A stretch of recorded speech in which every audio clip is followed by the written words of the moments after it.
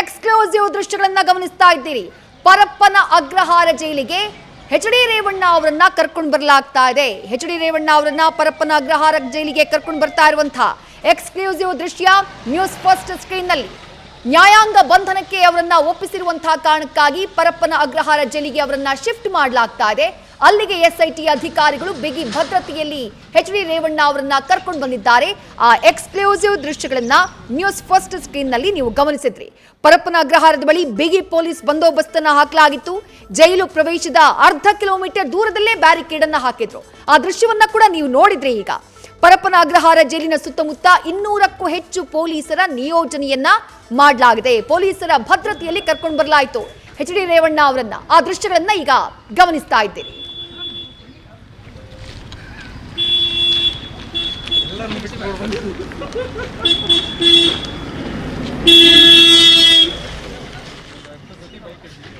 ಇವತ್ತಿಗೆ police custody SIT custody ಅಂತ್ಯ ಆದಂತಹ ಹಿನ್ನೆಲೆಯಲ್ಲಿ ಎಚ್ ಡಿ ರೇವಣ್ಣ ಅವರನ್ನ ನ್ಯಾಯಾಧೀಶರ ಮುಂದೆ ಹಾಜರುಪಡಿಸಲಾಗಿತ್ತು. ಈ ಸಂದರ್ಭದಲ್ಲಿ ಎಸ್ಐಟಿ ಅಧಿಕಾರಿಗಳು ಇಲ್ಲ ನಮ್ಮ ಕಸ್ಟಡಿ ಕೊಡಿ ಅಂತ ಕೇಳ್ತಾರೆ.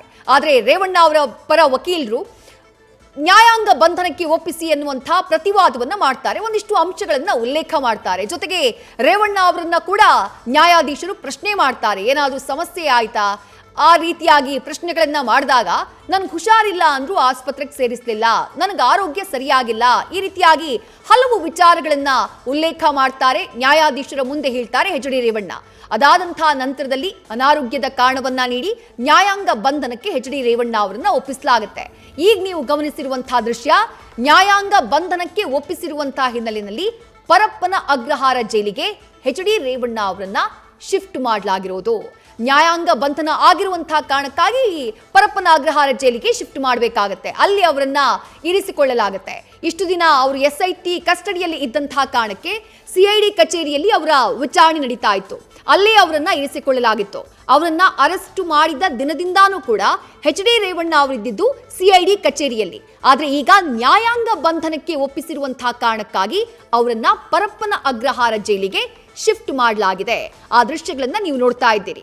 ಈ ರಾಜ್ಯದ ಮಾಜಿ ಸಚಿವರು, ಮಾಜಿ ಪ್ರಧಾನಿಗಳ ಮಗ ಎಚ್ ಡಿ ರೇವಣ್ಣ ಪರಪ್ಪನ ಅಗ್ರಹಾರ ಜೈಲಿಗೆ ಶಿಫ್ಟ್ ಆಗಿದ್ದಾರೆ.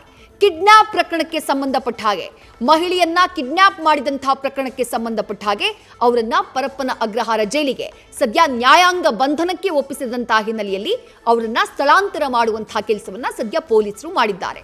ಬಿಗಿ ಭದ್ರತೆಯಲ್ಲಿ ಪರಪ್ಪನ ಅಗ್ರಹಾರ ಜೈಲಿಗೆ ಎಚ್ ಡಿ ರೇವಣ್ಣ ಅವರನ್ನ ಕರ್ಕೊಂಡು ಬರಲಾಯಿತು. ಆ ದೃಶ್ಯಗಳನ್ನ ನೀವು ನೋಡ್ತಾ ಇದ್ದೀರಿ. ಜೈಲು ಪ್ರವೇಶದ ಅರ್ಧ ಕಿಲೋಮೀಟರ್ ದೂರದಲ್ಲೇ ಬ್ಯಾರಿಕೇಡ್ಗಳನ್ನ ಹಾಕಲಾಗಿತ್ತು. ಆ ದೃಶ್ಯವನ್ನ ಈಗ ನೀವು ನೋಡ್ತೀರಿ. ಕರ್ಕೊಂಡು ಬರ್ತಾ ಇರುವಂತಹ ದೃಶ್ಯ ನ್ಯೂಸ್ ಫಸ್ಟ್ ನ ಸ್ಕ್ರೀನ್ ನಲ್ಲಿ. ಸುಮಾರು 200ಕ್ಕೂ ಹೆಚ್ಚು ಪೊಲೀಸರ ನಿಯೋಜನೆಯನ್ನ ಅಲ್ಲಿ ಮಾಡಲಾಗಿದೆ. ಜೈಲಿನ ಸುಮಾರು ಮೇನ್ ಗೇಟ್ ಏನಿದೆ ಅಲ್ಲಿಂದ 100 ಮೀಟರ್ ಅಂತರದಲ್ಲಿ ಮತ್ತೊಂದು ಬ್ಯಾರಿಕೇಡ್ ಅನ್ನ ಕೂಡ ಹಾಕಿದ್ದಾರೆ. ಪೊಲೀಸ್ ಭದ್ರತೆಯಲ್ಲಿ ಎಚ್ ಡಿ ರೇವಣ್ಣ ಅವರು ಬಂದಂತಹ ಎಕ್ಸ್ಕ್ಲೂಸಿವ್ ದೃಶ್ಯ ನ್ಯೂಸ್ ಫಸ್ಟ್ ನ ಸ್ಕ್ರೀನ್ ನಲ್ಲಿ. ನ್ಯಾಯಾಂಗ ಬಂಧನಕ್ಕೆ ಒಪ್ಪಿಸ್ತಾ ಇದ್ದ ಹಾಗೆ ಪರಪ್ಪನ ಅಗ್ರಹಾರ ಜೈಲಿಗೆ ಅವರನ್ನ ಕರ್ಕೊಂಡು ಬರಲಾಗಿದೆ. ಜಾಮೀನು ಅರ್ಜಿಯ ವಿಚಾರಣೆಯು ಇವತ್ತು ನಡೆಯಿತು. ನಿನ್ನೆ ಅದನ್ನ ಇವತ್ತು ಬೆಳಗ್ಗೆಗೆ ಮುಂದೂಡಿಕೆ ಮಾಡಲಾಗಿತ್ತು. ಇವತ್ತು ಬೆಳಗ್ಗೆ ವಿಚಾರಣೆಯಾದಂತಹ ಸಂದರ್ಭದಲ್ಲಿ ಮತ್ತೆ ಮಧ್ಯಾಹ್ನಕ್ಕೆ ಮುಂದೂಡಿಕೆಯಾಯಿತು. ಮಧ್ಯಾಹ್ನ ವಿಚಾರಣೆ ಆರಂಭ ಆಗ್ತಾ ಇದ್ದ ಹಾಗೆ ಮತ್ತೆ ಅಲ್ಲೂ ಕೂಡ ನಾಳೆಗೆ ಮುಂದೂಡಿಕೆ ಮಾಡುವಂತಹ ಕೆಲಸವನ್ನ ಮಾಡಿದ್ದಾರೆ. ಯಾಕಂದ್ರೆ ಅವರು ಪೊಲೀಸ್ ಕಸ್ಟಡಿ ಅಂತ್ಯ ಆಗಿದ್ದೇ ಇವತ್ತಿಗೆ ಎಚ್ ಡಿ ರೇವಣ್ಣ ಅವರದ್ದು. ಹೀಗಾಗಿ ನಾಳೆಗೆ ಜಾಮೀನು ಅರ್ಜಿಯ ವಿಚಾರಣೆ ಮುಂದೂಡಿಕೆಯಾಗಿದೆ. ನ್ಯೂಸ್ ಫಸ್ಟ್ ನಿರ್ಭೀತಿಯಿಂದ ನಿಮ್ಮ ಪರವಾಗಿ.